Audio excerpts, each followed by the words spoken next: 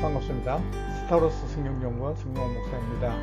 오늘은 성경 속으로 걸어가기 바울 서신 디모데전서 장별 주제 외우기를 하겠습니다. 자, 그림 연상법으로 외우기를 합니다.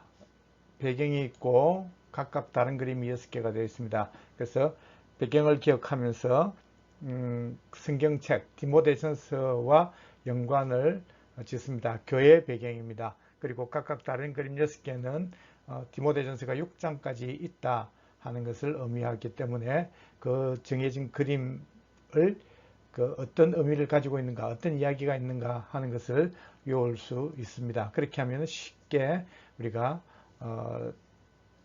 디모데전서를 외울 수가 있습니다. 자, 디모데전서 장별 주제 외우기를 할 때 우리가 좀 염두에 두고 우리가 이것을 좀 보았으면 좋겠는데요. 첫째는 디모데전서가 목회 서신이다 하는 것이죠. 그래서 1차, 2차, 3차 전도, 세 번의 전도 여행을 마치고 사도 바울은 예루살렘에서 제수로 잡히게 되죠. 예, 잡혀서 제수 신분이 되는데 그래서 로마 감옥에 갇히게 됩니다. 그때가 61년부터 63년까지 수감 생활을 하게 됩니다.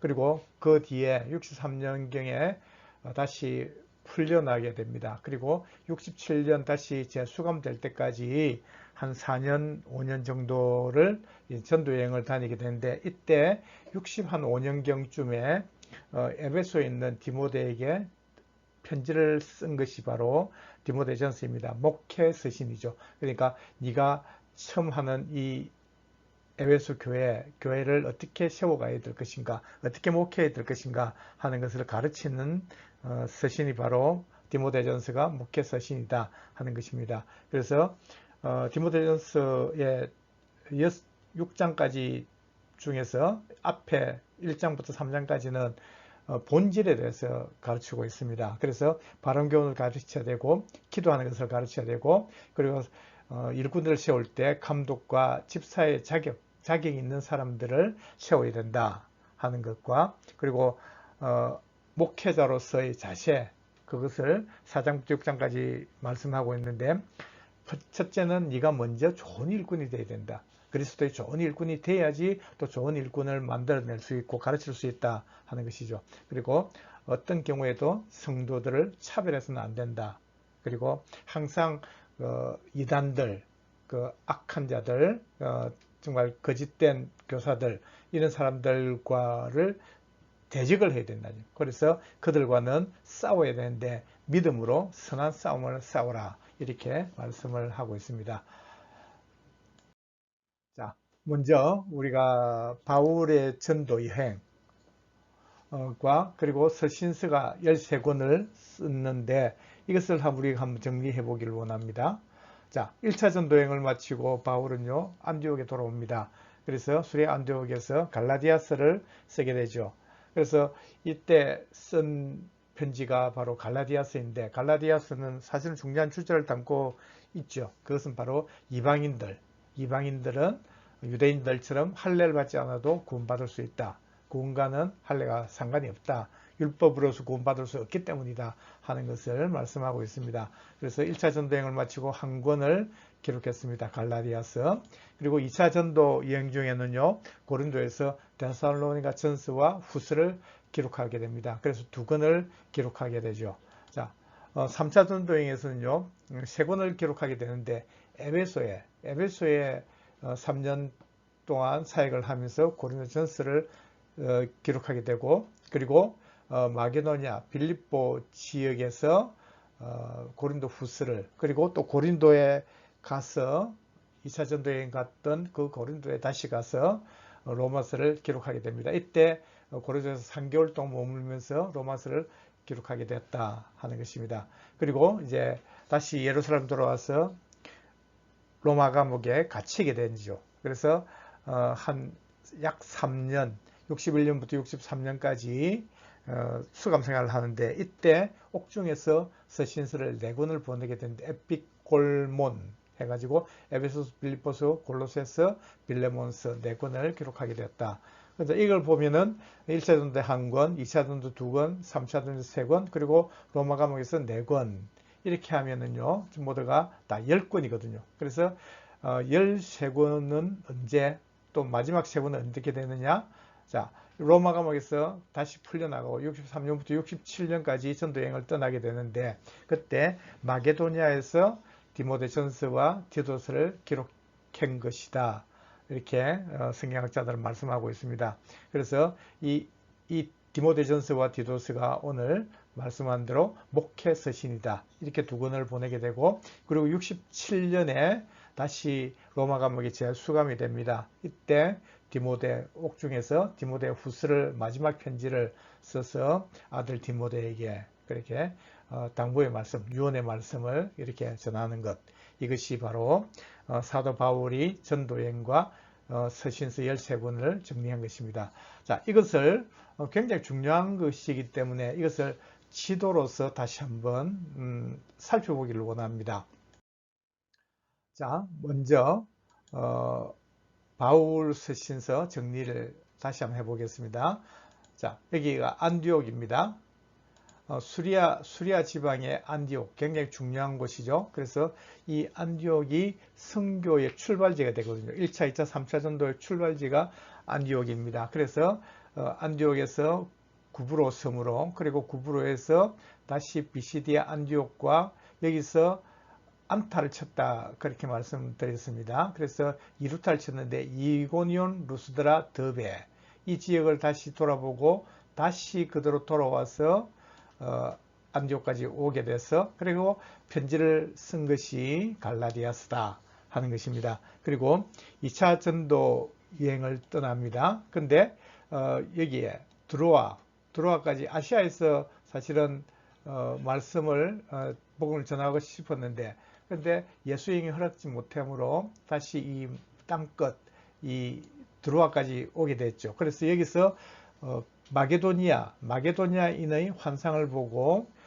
성령의 인도하심을 따라서 바다를 건너서 빌립보를 가게 됩니다. 자, 빌립보에서 데살로니가로, 그리고 아테네, 그리고 고린도까지 와서 다시 예루살렘 돌아오게 되는데, 이것이 바로 2차 전도 여행이거든요. 그래서 이 고린도에서 2권의 편지를 썼는데 이때 1년 6개월을 머물게 됩니다. 이때 데살로니가 전서와 후서를 기록하게 됐다 하는 것을 우리가 알게 되고요. 그리고 그러고 나서 3차 전도 여행을 하는데 바로 에베소입니다. 에베소에서 3년 동안 여기서 가르치고 복음을 전하는 사역을 하게 되었습니다.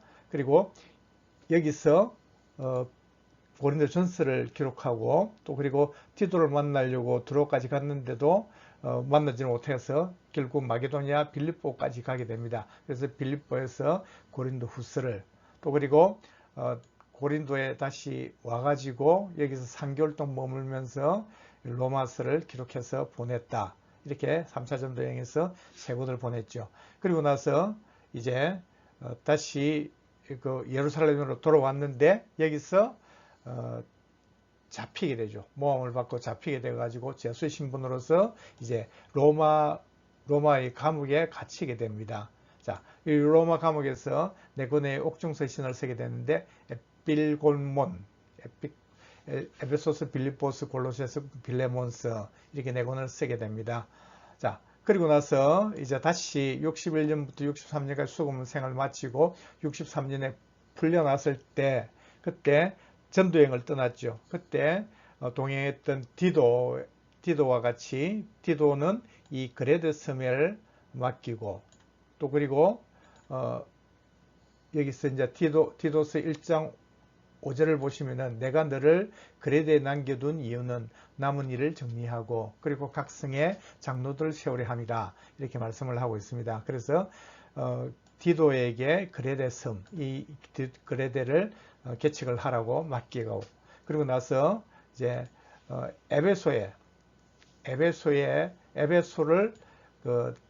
디모데에게 맡기게 됐다는 거죠. 내가 마게도냐로 갈 때 너를 권하여 에베소에 머물라 한 것은 그렇게 말씀합니다. 그래서 이 에베소 교회는 사도 바울이 3차 전도여행 때 3년 동안이나 정말 열정을 다해서 개척해서 세웠던 그 교회입니다. 그래서 그것을 자기 아들, 친아들 같이 생각했던 그 아들 디모데에게 이 교회를 맡기게 됐죠. 그래서 이제 그곳을 마게도냐를 갈 때 그랬다는 거죠. 그래서 이 마게도냐 지역, 여기서 마게도냐에서 편지를 쓴 것이 바로 디모데 전서와 그리고 그레데에 있는 그 디도스를 보내게 되었다 하는 것입니다. 그리고 나서 67년에 다시 사도 바울은요 디모데 후서를 기록하게 되는데 이때가 재수감이 돼가지고 이제 67년이고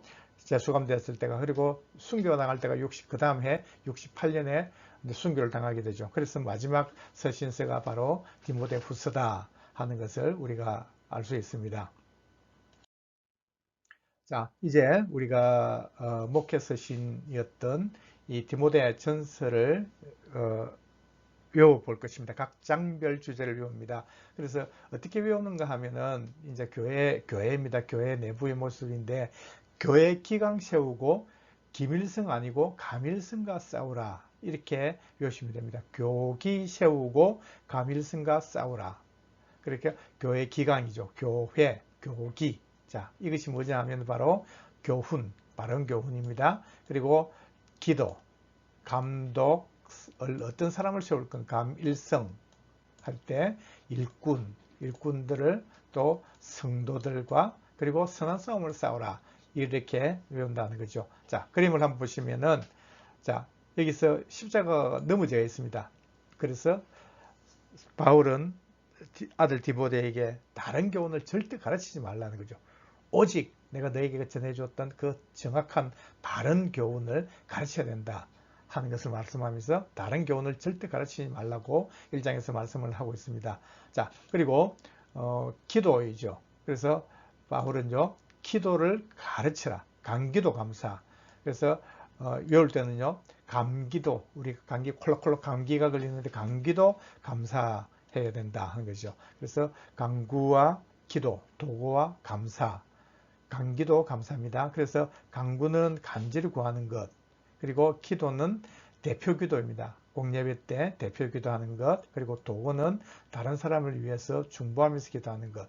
그래서 우리는 중보라는 말은 안 쓰지요. 그래서 도구 기도를 해야 된다. 다른 사람을 위해서. 또 그리고 항상 감사하면서 기도해야 된다 하는 것을 말씀합니다. 그래서 간기도 감사. 자, 그리고 사람들 장로, 안수집사, 권사 인직식을 지금 하고 있습니다. 어디 있어요? 에베소 교회에서. 그때 이 감독과 집사의 자격이 있는 사람들을 세워야 된다. 그렇게 말씀하죠. 그래서 이것이 바로 목회의 본질이라는 거죠. 그래서 다른 교훈을 절대 가르치지 말고 기도를 가르치고 감독과 집사의 자격 있는 사람을 일꾼으로 세워야 된다 하고 말씀합니다. 자, 그리고 이제 목회자로서의 자세가 어떤 자세를 가지고 살아야 되느냐? 바로 교회를 세워가는 때는 네가 그리스도의 좋은 일꾼이 되어야 된다. 네가 먼저 좋은 일꾼이 돼야지 좋은 일꾼을 세울 수 있고 가르칠 수 있다 하는 것을 말씀하고 있습니다.